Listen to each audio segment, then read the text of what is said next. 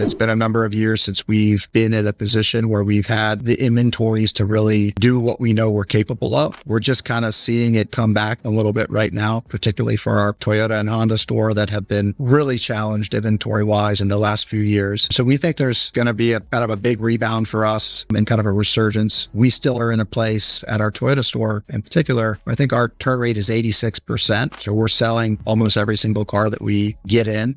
Today, I'm excited to speak with Patrick Coleman, third-generation dealer and president of Jim Coleman Automotive Group, a powerhouse in the DC Metro. We dive into how his team thrives with 9 dealerships in an extremely crowded market and uncover a secret weapon behind their used car acquisition strategy. A big thank you to our sponsors for making today's episode possible: CDK Global, Car Dealership Guy Recruiting, and The Lasso. And now, let's get into the show. Patrick Coleman on the CDG podcast. Patrick, welcome. Very nice to meet you. Thanks for having me on. Appreciate it. Yeah, man, pumped about this conversation. How's it going in the dealership? I've passed your dealership quite a few times on my trips down to DC or that general area. How's business nowadays? It's good. It's good. It's, kind of peak of summer. We're leading right into Labor Day weekend coming up. So business is good. Traffic is up. A lot to be excited about. Inventories have kind of improved a little bit. So we're in a little better position now than we've been, probably throughout other points in the year. So there's a lot to be excited about as we're going into the Labor Day weekend. If I'm not mistaken, you are a third gen dealer at Coleman Auto Group. Is that true? Yep. Third generation. Started with my grandfather. I'll just give a little background real quick. So my grandfather, actually, he was not in the car business originally. By profession, he was an attorney. And sometime kind of around the post-World War II era, he decided to do a career change and look into some other possible professions, and looked into a few possible things and ended up landing in car sales, and started off originally selling Chryslers. I don't know, I don't remember the name of the dealership, but soon transitioned into selling Cadillacs. At that time, there were dealerships in DC proper, and we used selling Cadillacs at Capital Cadillac in downtown DC. Kind of moved up from there. Eventually, they opened a satellite operation in Bethesda. He was a sales manager there for a couple of years, became a partner, a GM, and then in 1968, he bought out the dealership and renamed it Coleman Cadillac. Tell us a little bit more about your upbringing in the business. What was it like? Sure. Yeah. So I started out pretty young age, like many kind of up and coming car dealer, next gens. I started washing cars when I was 11. I think a lot of people go and work at the dealership and work there in some capacity, but I was kind of doing it almost to like an obsessive degree. Like I was coming in and working ridiculous amount of hours at a very young age, and was getting very kind of entrenched in the culture of the car wash, which there was, quite a bit of, it's almost its own, well, it has its own culture to a certain degree down there. But yeah, I was working lots of hours at that time, and then kind of started moving through different departments, and ended up going to college, graduated college, or just prior to when I was graduating college. Some of my buddies were starting to get job offers and were planning to go out into the workforce and secure jobs and that type of thing. And it was kind of the first moment that I had kind of given strong consideration about, what am I going to do? Am I going to go work for the family business and whatnot? And I ended up actually going, I went to the University of Miami, and I ended up going to the career department or whatever, and sat down with one of their counselors for a little bit. I was like, hey, what do you think? I'm planning to go into the car business. It's a family business. Is this what I should be doing? And that was like the first time I ever had that conversation out loud with someone who wasn't in my family. And she was like, yeah, this seems pretty obvious. You should probably go work in the family business. It's going to be good. I did that, got home, talked to my dad, said, hey, where should I get my start? And he said, I've got a general manager at one of our stores, our Toyota store. I want you to go meet with him. I said, okay, yeah, I'll go meet with him. And I went in and had what felt to me like an interview, kind of on my first day there. And we talked about, well, what position am I going to do? And he's like, all right, we got to start you in sales. He's like, but before you're going to start in sales, but before you can move into any other position, you've got to sell 200 cars. And I'm like, okay, what's the significance of 200 cars? He's like, well, I feel that one, if you sell 200 cars, that'll give you enough exposure to those transactions, but also just customers in general to kind of be familiar with all the different scenarios you might experience.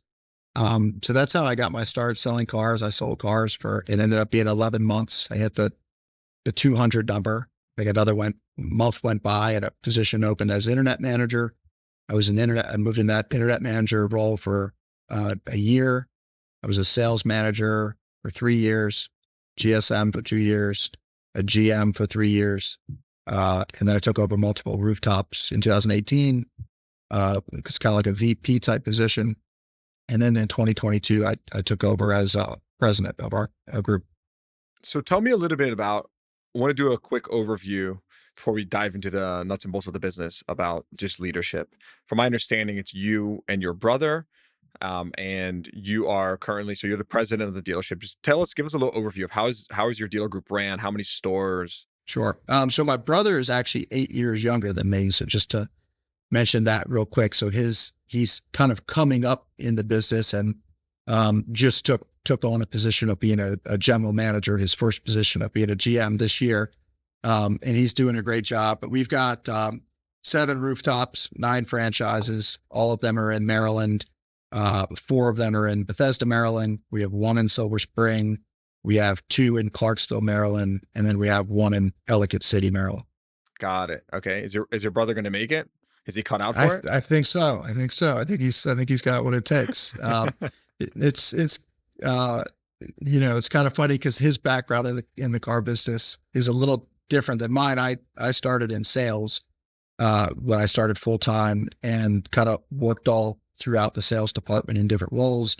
And when he came to start in the business, I said, okay, I don't have a ton of fixed experience. Why don't we start you in fixed? So he actually started as a technician.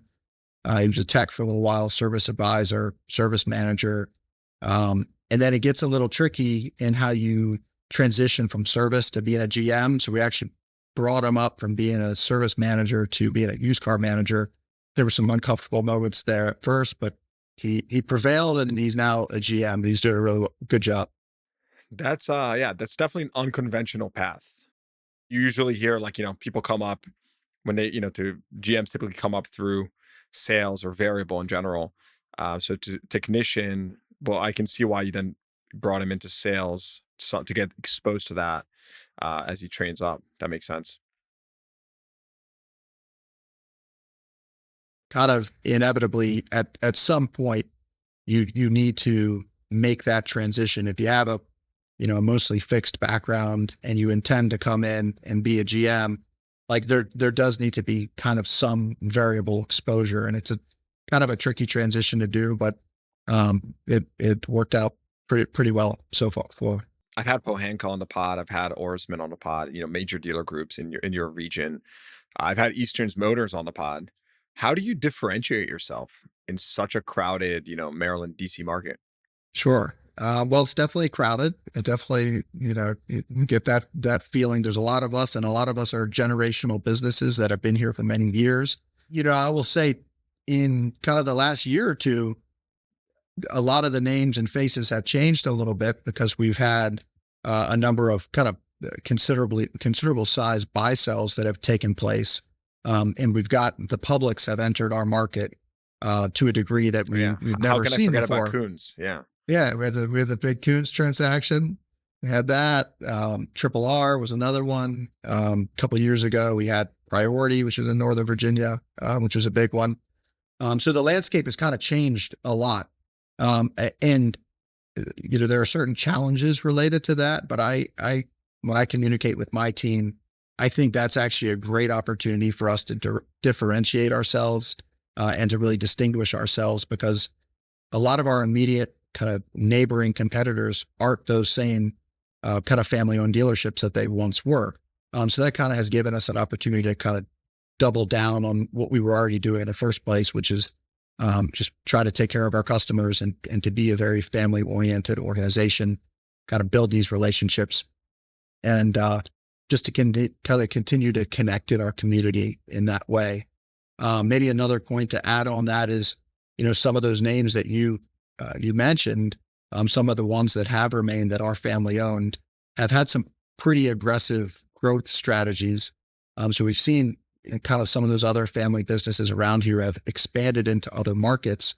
And that's another area that we have felt as an opportunity for us is we've stayed primarily locally in recent years. And our main focus and our main efforts are to kind of optimize what it is we have at the moment to make sure we're taking care of our customers the best we can. So how are you really doing that? I think a couple things come to mind. Number one is a great problem to have that many dealers in your position have had over the last couple of years is what do we do with the capital, right? Now, it's interesting because, right, dealership business, the last couple of years have been very profitable. And many operations have reinvested by acquiring dealerships. So we've seen consolidation just, skyrocket. You just mentioned, also, as well as the publics who have, gobbled up other operations throughout the country. So if you're not expanding your footprint as aggressively as your local competition, how are you, redeploying capital? Like, are you taking it outside of the business? Are you optimizing your current facilities? Like, what are you doing? Well, I should kind of maybe take a step back to mention some of the reasons why that has been our strategy in these recent years. So I took over as president 2 years ago, and up until then, I was running multiple rooftops in Montgomery County, Maryland. But we had 3 rooftops that were in another part of Maryland that were kind of almost run as if they were their own entities, and they weren't really.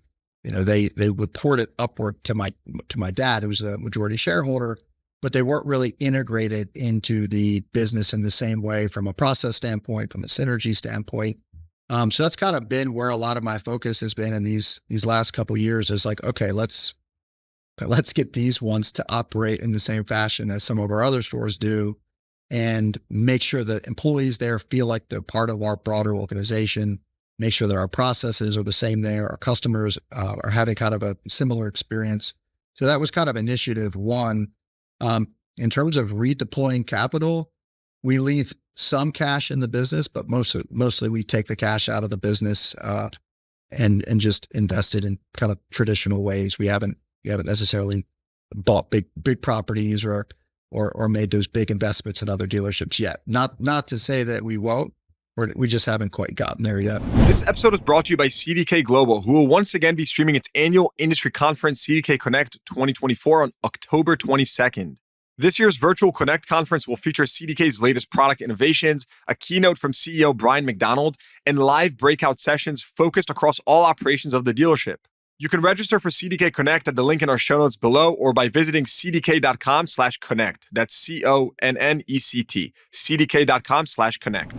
Like you said, you've been integrating, I guess you had some stores that were somewhat disintegrated. You're integrating those stores under kind of one structure, one process, one umbrella. Most reinvestment has gone outside of the business, or at least, or it hasn't gone to necessarily acquisitions. Are you thinking about acquisitions? Is that something that's been piquing your interest for the next, 2 years or so, or is that still not on the horizon? Yeah, well, I shouldn't say that we've stayed away from acquisitions entirely. We took on an Open Point Nissan dealership in 2020, and actually we launched that operation as a dual operation with our Infiniti dealership, and that was the first one in the country at the time, an Infiniti Nissan under one roof. Just prior to that, we had done a substantial renovation of our Infiniti dealership, doubled the size of it, and we had the room and space, and the manufacturer cooperated with that. So we did that, and then we actually had an Open Point Nissan dealership in 2021 as well, in our neighboring town in Silver Spring, and then we did buy another Nissan dealership in 2023 as well. So we've added a couple franchises to the portfolio in the last few years. We haven't stayed away from expansion entirely. However, I will say that those have been educational. both for myself and for our team. Tell us more about that. Nissan's in the hot seat right now. So what's that been like for you? Yeah, well, it's actually worked out really well here in Bethesda. The dual operation, I mean, that was a single point Infinity dealership by itself. Being able to bring in an extra franchise and have it there, that has that's been helpful to have during what would have otherwise been some fairly challenging times. The same could be said for our Nissan dealership out in Silver Spring. It's a great market for it. We already had the property there and had a facility, so it was kind of a natural thing for us to do. And the one that we actually acquired, yeah, I think that's just been educational from a standpoint of understanding the resources that requires from both myself and my team in terms of timing, and how much time we put into it. Just kind of going into a new operation, and turning it around. It's been an educational process for us. Mm-hmm. What's been the toughest part with that store?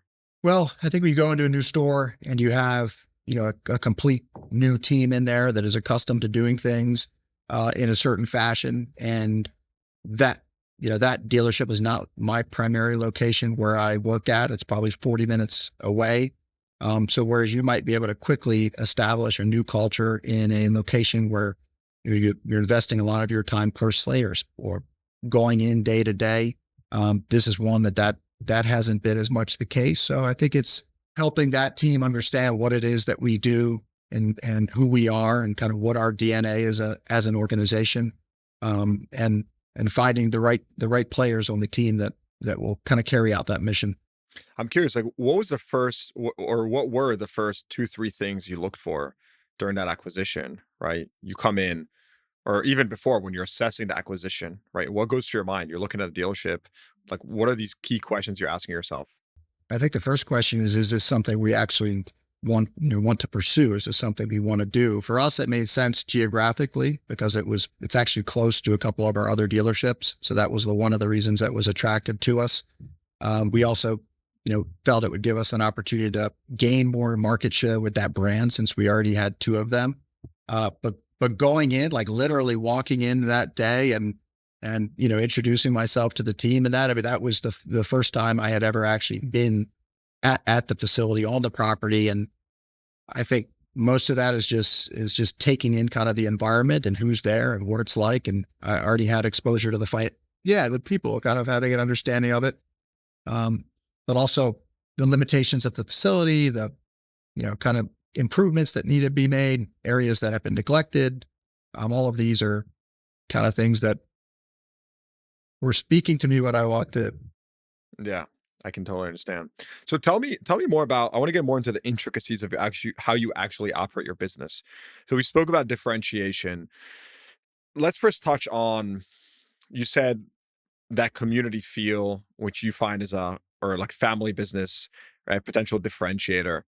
And I think you could make the argument both ways. I could argue that it's a differentiator for a positive. I could argue that it's a drawback. I'm curious to know, what have you actually done, or what do you do when you say, whether it's family oriented community, what do you really do? Is it like philanthropy, or is there a different way you actually operate your process? Go ahead. Well, I think sure, philanthropy is part of it. Being connected with important things in the community, that's important. I think what I'm more getting at is, my dad and I, my brother, we work at these facilities. We're invested in the people that we hire and bring on. The values that are important to us are communicated to our team consistently each and every day. My team has an opportunity to understand what's important to me consistently and what has been important to our organization for the last 50 years. We started as a Cadillac dealership. That was our first operation. And, when you start kind of in the luxury business, it already to a certain degree is in your DNA to be taking care of customers to a level that might be different from a volume operation. So that's something we've kind of tried to carry forth from each generation to the next. I really do believe that has an impact when you're, where my office is literally on the showroom floor of the Toyota dealership. So inevitably, like I'm walking by, I'm seeing our team, having conversations with our team. our leadership team. We're meeting once a week, and much of that call is kind of talking about values, talking about the type of business we are, talking about the type of communication we have with one another as a team.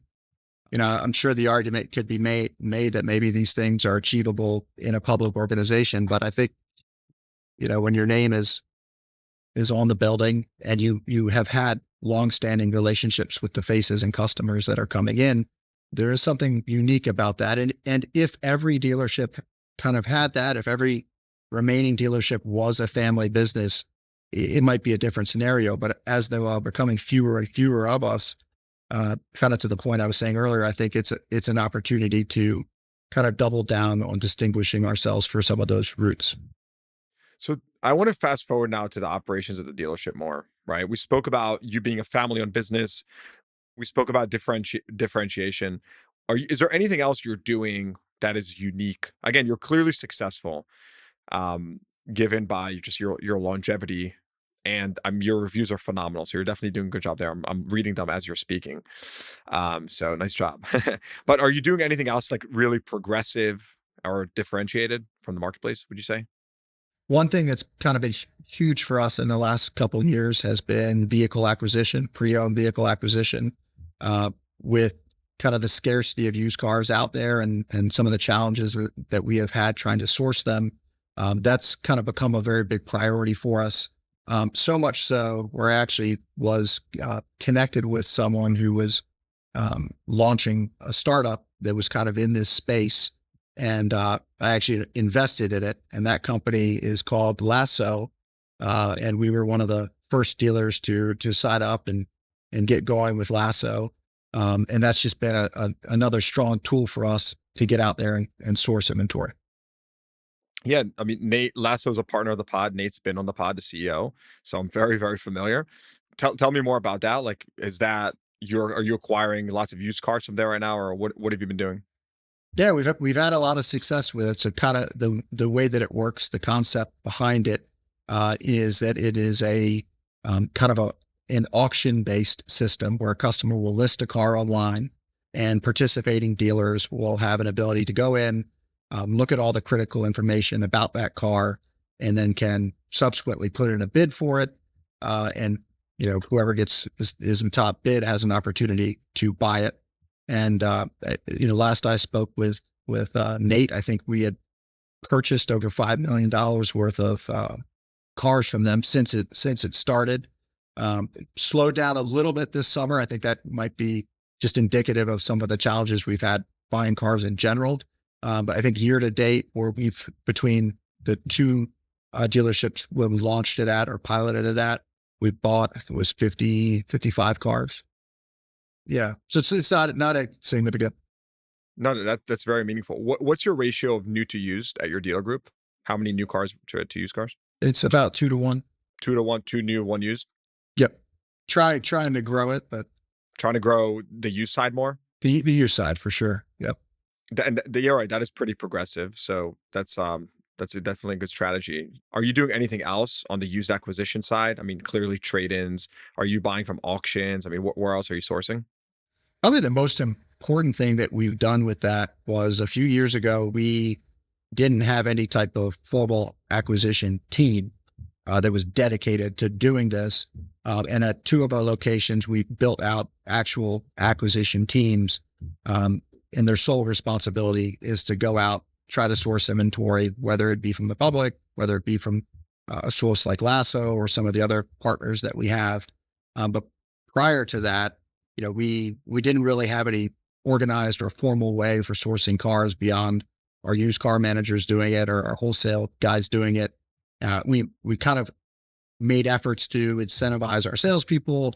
We tried to work it into pay plans for our sales managers, and just inevitably, I don't know if it's something psychologically different for a salesperson about wanting to go buy a car versus selling one, but we didn't have a whole lot of success with it. So we moved someone that was in kind of a assistant used car manager type role into a dedicated acquisition role, customer facing in the store at one of our locations. And it worked so well there that we ended up doing that at another location as well. And they're both kind of just sourcing cars for those You know, areas. I love this trend of people that are driving value that are, taking equity stakes. Like, so I'll give you an example. Like you see, online creators who are launching, different brands, right? Where they have actual equity stakes, or dealers who I've seen dealers angel invest and just generally tech invest in the last, 5 years more than ever. I mean, it's become almost, even when I was raising money at my last company, left and right, people are like, "Hey, you want to be introduced to this dealer group, that dealer group? They have a family office and they do venture investing." So it's become, people again, the dealers are driving the value, right? And so I think it's a great way to align those incentives, and have upside in what you're driving. I think it's awesome. Have you invested, like, do you invest in Autotech in general, or is this kind of like a one-off opportunity for you? That was the first one so far. I've invested in a couple other VC type ventures before, non automotive. I've got a really good buddy of mine that launched a sunscreen company that I invested in about 2 years ago. It's doing really well. It's called Basque. I'll have to give him a shout out. The plug. Yeah, I I gotta love it. give him the plug. That's good. I'm So not yeah, happy. that what's been going well. And then apart from that, just, some local stuff. Um, yeah, but to your point, I mean, I think there's naturally a part of, being a dealer when you get some exposure to these types of concepts, you're a little bit resistant because you're like, well, maybe we could come up with something like that, or maybe, do we really want to participate in that? Because maybe it's will be some sort of competitor to ours. But, my view of that is these things are taking place inevitably, whether we're a part of them or whether we're supporting them. It's worked out pretty well for us. It's just another avenue to get us some pre-owned cars. You mentioned you have you mentioned you have 9 franchises. What are they again? Yep. So we have Cadillac, Toyota, Infiniti, 3 Nissan stores, Honda, and Jaguar Land Rover. One of the craziest things about the Car Dealership Guy platform is our direct access to literally thousands of dealership and automotive employees. So naturally, I often hear this question: CDG, can you use your network to help me fill an open role at my company? Well, now I can. Building on the success of my free industry job board, I'm proud to launch CDG Recruiting, a more hands-on, white-glove automotive recruiting service. Whether you're looking to fill roles in dealership management, C-suite, F&I, fixed ops, Autotech, SaaS, we take the hassle out of hiring by doing the heavy lifting for you. And here's the best part: we vet and screen thousands of candidates so you don't have to. And with our placement guarantee, hiring through CDG Recruiting is 100% worry-free. Our team has decades of experience and has successfully placed over 1,000 roles in the automotive industry. So if you're ready to find your next rockstar employee, try CDG Recruiting today by visiting cdgrecruiting.com or clicking the link in the show notes below. Again, that's cdgrecruiting.com. And what is your general take on the market right now, as you're steering these, dealerships forward? I mean, what's your general feeling on what is, where our market is currently at, where it's headed? Sure. So I mean, we're super optimistic in the DC market, especially. It's been, it's no secret. It's been a number of years since we've been in a position where we've had kind of the inventories to really do what we know we're capable of. We're just kind of seeing it come back a little bit right now, particularly for our Toyota and Honda store that have been um, really challenged inventory wise in the last few years. So we think there's going to be a kind of a big rebound for us, and kind of a resurgence. We still are in a place at our Toyota store in particular, I think our turn rate is 86%. So we're selling almost every single car that we get in. Can you explain that for anyone that doesn't understand? When you say 86%, what does that actually mean? If you have 100 cars that you were allocated during that month that are available to you, 86 of them you would have sold, basically leaving 14 of them on the ground at month end. And this actually was something that was not really ever very closely monitored from a manufacturer standpoint in these recent years, and or prior to these recent years, and now it's really top of mind for every manufacturer. If we get our reports in the morning, it's typically one of the things that's included at the top of that report is where you are relative to the other dealers in your district and turn rate. So that's just something we're the number one dealer in turn rate in our district and have been for some time. Yeah, I was going to say, like, what is that emblematic of? Are you just, pricing aggressively, or your turn rate being super high? Like, what is that emblematic of? No, I think there's just a substantial demand in our market in particular. In fact, if you look at some of the what we call pump in, pump out reports, there's actually a lot of registrations in our market are actually coming from dealers outside of our market that are selling cars into our market that we have been unable to provide at this stage, or that a customer is unwilling to wait for. There's been a lot of population growth in some of the suburban areas around DC, Bethesda's that being one of them. There's been a lot of folks moving out to the suburbs from DC proper in recent years, as some of the crime rates have kind of increased more downtown. So I think there's just a lot of demand, and we've been doing our best to fulfill it. But at the same time, it's a process to kind of get back, but we'll have adequate inventory to be able to provide for that demand. You're in an interesting part on the bell curve, because you have some of the brands that are just crushing. I mean, you mentioned Toyota, that's the obvious one. And then on the other end, of course, Land Rover, again, doing phenomenally. But on the other hand, you mentioned, like we spoke about Nissan earlier, which they're going through some challenges, right? So what brands are you most bullish on over the next 2 years? And I don't want you to answer for today is obvious. We all know what's working today, but like next 2 years, right? Where do you see lots of upside? I mean, Toyota comes to mind first, and probably most so because that is the store that I kind of had my roots in, and I'm familiar with what we're capable of in terms of sales volume. And I'm familiar to the levels that we have been at in recent years. And I just think there's a ton of runway for us to kind of restore to the levels that we were at pre-COVID. And it's just taken us a little longer to get there. I think Jaguar Land Rover is another one that we're super excited about, because that's been a brand where we've had customers waiting for Range Rovers and Range Rover Sport orders, for 3, 6, 8 months, a year. And we're finally getting to a place now where we can, we've shortened the delivery time a little bit and even have some cars in stock. So those brands we're excited about. Honda we're excited about as well. But you mentioned Nissan. We're excited about Nissan. There's some new products that are coming down the pike, and it's been a while since we've had some new product. We just had the new QX80 hit the ground this week, which I took out. To mention Infinity, and tremendous vehicle there. So I think we'll have some new interest to that brand once again. It's been a little while. So I can't say there's any of our brands that we're not bullish or excited about in some way. Even I'll mention Cadillac, because what do you think about them, domestic brands and Cadillac? Yeah, so Cadillac's it's been a little tricky one. I didn't mention it before, but the EV adoption in our market has been astronomical in the last couple of years. And you look at registration reports over the course of the last 5 years. I think Tesla just 3 years ago had like 2 or 3% market share. And I recently looked at a registration report, and they had actually surpassed Honda in our market, and they were like 10 or 11% market share.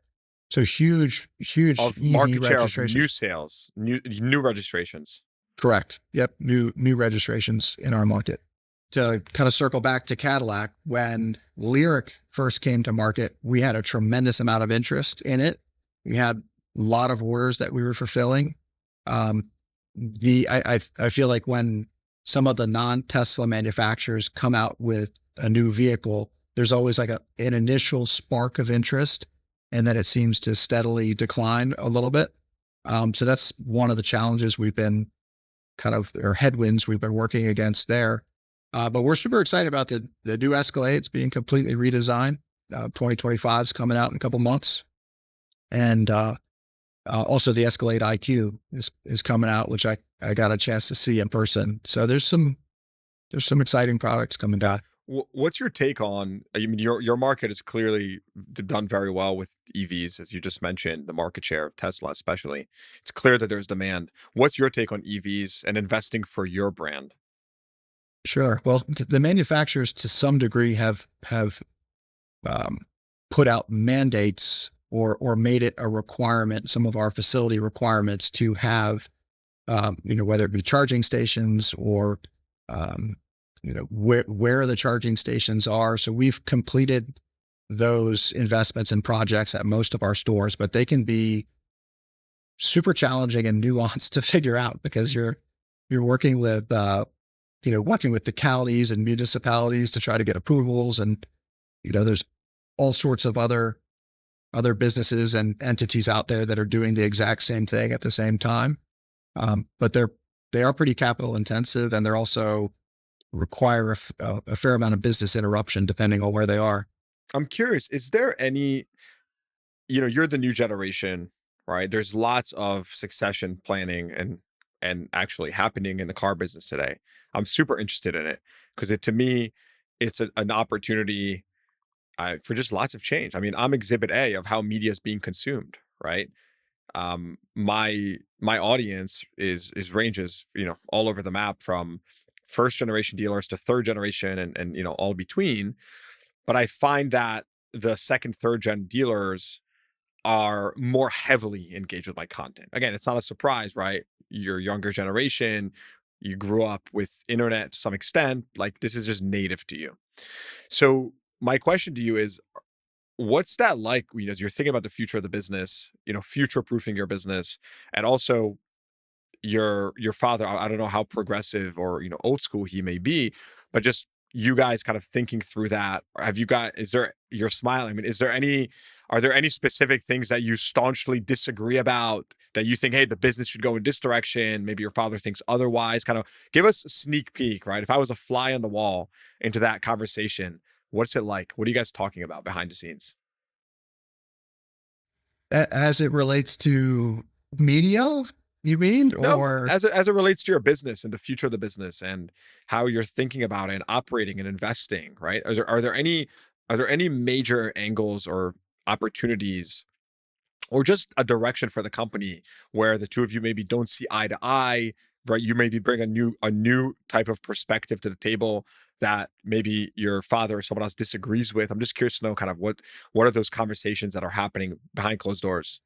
I think, sure, I'll try to give you some window into what some of those Spill the conversations. So beans. typically they're adversarial. That no, my dad has given me a lot of latitude to make some of these types of decisions. I think, he's always mindful of our personnel expense. And as the business evolves, as the business changes, there's a lot of positions that may not at one time have been essential, or departments that may not have required as much depth as they now do. An example of that would be our HR department. We've needed to, you know, to build out more personnel to accommodate not necessarily more staff, because we haven't necessarily grown in that respect, but more so just to make sure that we're providing what is expected from a modern organization for our teams and for our staff. So that's always kind of Are we talking kombucha and yoga sessions? I, You're like, I am a yogi. I am a yogi. yeah, There's let's an go. element of that's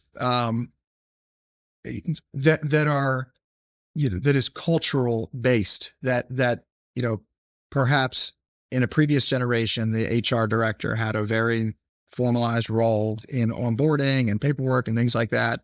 But our HR director now, or the person that we've added, there's definitely, she's thinking very much outside the box, interacting with our team members quite a bit. We're literally, even little things like going out to the dealerships, our leadership team, executive team, going out and hosting cookouts at the dealership for the team, bringing swag, handouts, things to give them. Like, yeah, a lot of this is kind of the intangibles. But that's just a glimpse into one thing that he and I talk about. But also, maybe if I could just mention is, if you have someone who has worked their entire career and achieved a tremendous amount. And we're at a time right now where a lot of his contemporaries or buddies are actually getting out of the business, or who have left the business. And then some of my contemporaries are aggressively expanding. So there is kind of this, in terms of our conversation, a lot of it is strategy oriented in terms of, I've done all of this. Are we at a place right now where I want to leverage a lot of what we've done to then go out and pay record multiples for a dealership that isn't, put within close proximity? So there's some conversations about those type of things, just high level strategy. But, I've only been in my role, like I said, for 2.5 years now. So it's the relationship is always evolving, and I'm very grateful to have him, because he's a, super strong guy and wise. And Is he actively involved in the day to day?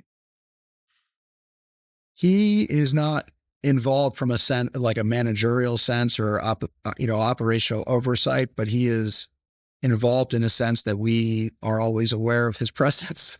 And he's very interested in how we're doing, how we're performing, how our months go. So that's, whether it be how our weekend was, or how a particular model is moving, or that type of thing. Before we close up, just on a personal level, I'm curious, anything in particular that's exciting to you nowadays? Can be correlated, can be not correlated. You mentioned that, you're a yogi, you like to do yoga, which I didn't know about you. I found that pretty cool. I'm just curious to know on a personal level, like, what's on your mind nowadays? What's exciting to you? Well, if I mention one other thing related to, you were talking about media, we have put quite a bit of efforts into media of our own in the last couple of years, and we've built up our TikTok following to, I think we're 110,000 followers now on TikTok. Okay. And a lot of that content that we put out, we have what we refer to as a creative director, who is basically a guy who's a videographer, but also a producer, and music maker on the side. Oh yeah, you have strong results here. I see 4 million views, 4.7. It's good. Yeah. So he and I'll collaborate about some potential concepts that we're going to put out, but I also give him a lot of latitude to You have to. create some of that content. You have to. And a lot of it, you'll see if you look, is we'll just kind of go out and have impromptu interviews with some of our team members and ask them random questions. One of the common ones that we've gotten a lot of viewership and engagement on is, what is your dream car? Tried to patent this, but apparently it didn't work. But yeah, so we get a lot of interest in that. Our employees will answer those questions about what their dream car is, and we get people from all over the world that are super engaged and kind of blow it up in the comments about that.